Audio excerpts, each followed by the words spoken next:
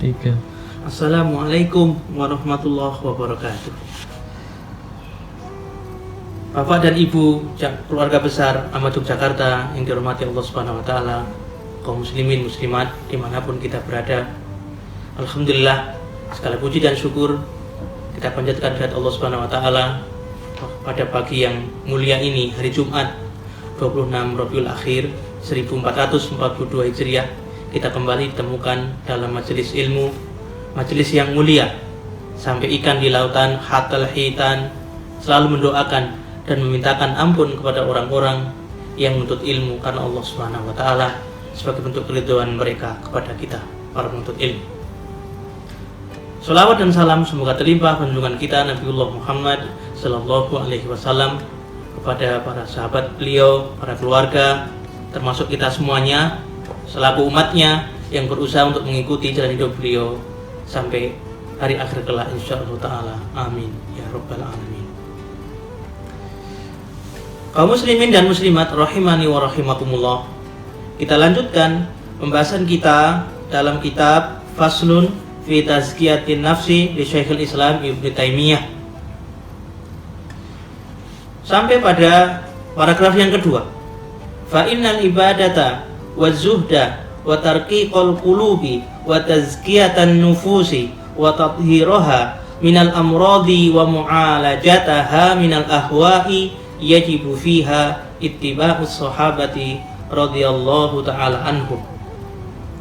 Bahwa sesungguhnya yang namanya beribadah, namanya beragama, zuhud dalam membersihkan diri, membersihkan hati dari berbagai macam penyakit hati dan urusan lain, berhukum yang ada hubungannya dengan agama Allah Subhanahu wa taala, maka yajibu fiha ittiba'us sahabati radhiyallahu taala anhu. Wajib untuk mengikuti sahabat Nabi sallallahu alaihi wasallam.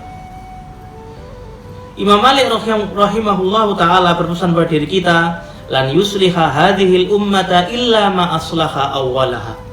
Sesungguhnya tidak ada yang mampu memperbaiki urusan umat ini kecuali apa yang telah memperbaiki urusan umat terdahulu. Konteks ini adalah urusan para generasi salaf, generasi pendahulu kita, dari sahabat Nabi, tabi'in, dan tabi'ut tabi'in. Kebaikan dalam beragama dan kebaikan dalam hidup hanya mampu kita raih kalau kita beritiba mengikuti jalan hidup mereka, para salafus soleh, para pendahulu kita yang soleh. Karena mereka lah sebaik-baik orang yang telah buktikan secara nyata mereka adalah orang-orang yang paling takwa, orang-orang yang paling bertauhid, orang-orang yang paling beritiba kepada Rasulullah SAW dan paling takut kepada Allah Subhanahu wa ta'ala.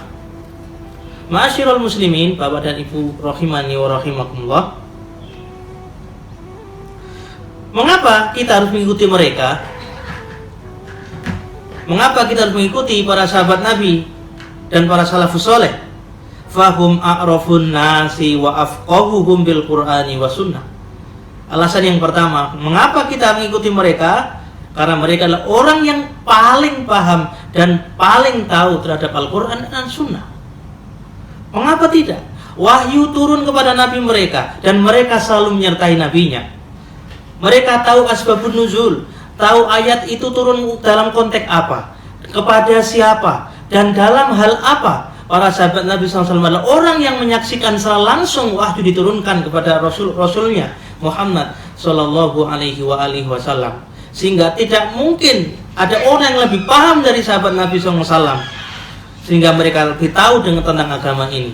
Agama ini al-ilmu dinun, ilmu adalah agama. Artinya kita harus mengikuti, beritiba kepada mereka, karena mereka adalah orang yang paling tahu dan paling paham terhadap Quran dan Sunnah.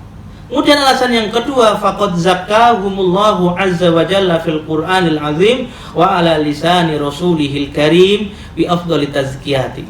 Alasan yang kedua, mengapa kita wajib bertiba kepada salafus soleh dalam beragama ini? Karena mereka telah disucikan oleh Allah Subhanahu wa taala, dan itu semuanya tertuang dalam teks secara tersurat dalam teks Al-Qur'anul Karim dan melalui lisan Rasulnya Muhammad sallallahu alaihi wasallam, bahwa mereka adalah sebaik-baik generasi. Khairul quruni qarni, sebaik-baik masa adalah masaku. Agama adalah sesuatu yang tauqifi. Orang yang paling tahu tentang agama ini adalah Allah Subhanahu wa taala sebagai zat yang menurunkan agama ini.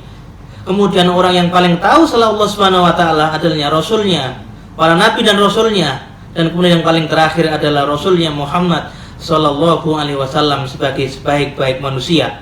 Allah Subhanahu wa taala menurunkan agama ini melalui Jibril, hanya melalui wahyu kepada rasulnya Muhammad SAW, dan wahyu itu secara bertahap dan berangsur-angsur di-share, diajarkan dan dipraktikkan langsung bersama dengan para sahabat Nabi, para tabi'in dan orang-orang yang mengikuti mereka dengan baik. Mereka selalu mengambil isnad, mengambil sumber, dan mereka mengambil keilmuan dalam beragama ini semua kepada para salafus soleh, yang itu semuanya sudah direkomendasi secara khusus oleh Allah Subhanahu wa taala bahwa mereka adalah sebaik-baik generasi.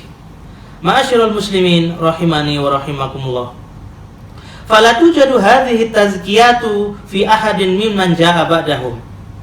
Kita ketahui bahwa tazkiyah atau merekomendasi khusus bahwa hanya mengikuti generasi salafus saleh inilah jalan yang paling baik. Mereka adalah orang-orang yang terbaik. Tidak ada rekomendasi ini yang diberikan kepada salah seorang setelah mereka oleh Rasulullah SAW maupun oleh Allah Subhanahu wa taala. Jadi mutlak Bapak Ibu rahimani wa rahimakumullah, jika ingin agama kita baik, hidup kita baik, kemudian hidup kita tertata sesuai dengan keinginan Allah Subhanahu wa taala, beragama kita benar, maka kita harus mengikuti dan bersumber kepada cara beragamanya salafus soleh, dan hanya kepada merekalah kita mengikuti agama yang terbaik. Apapun yang tidak bersumber dari mereka merupakan sesuatu yang tiada-ada, sesuatu yang sia-sia, dan bukan merupakan agama yang itu dapat dijadikan dalil dalam kita beribadah kepada Allah Subhanahu wa taala. Ma'asyiral muslimin, Bapak Ibu kaum muslimin rahimani wa rahimakumullah, demikianlah kajian kita pada kesempatan pagi hari ini, dan lebihnya mohon dimaafkan. Wa akhiru da'wan alhamdulillahil alamin. Wabillahi taufiq ila aqwamit thoriq. Wassalamualaikum warahmatullahi wabarakatuh.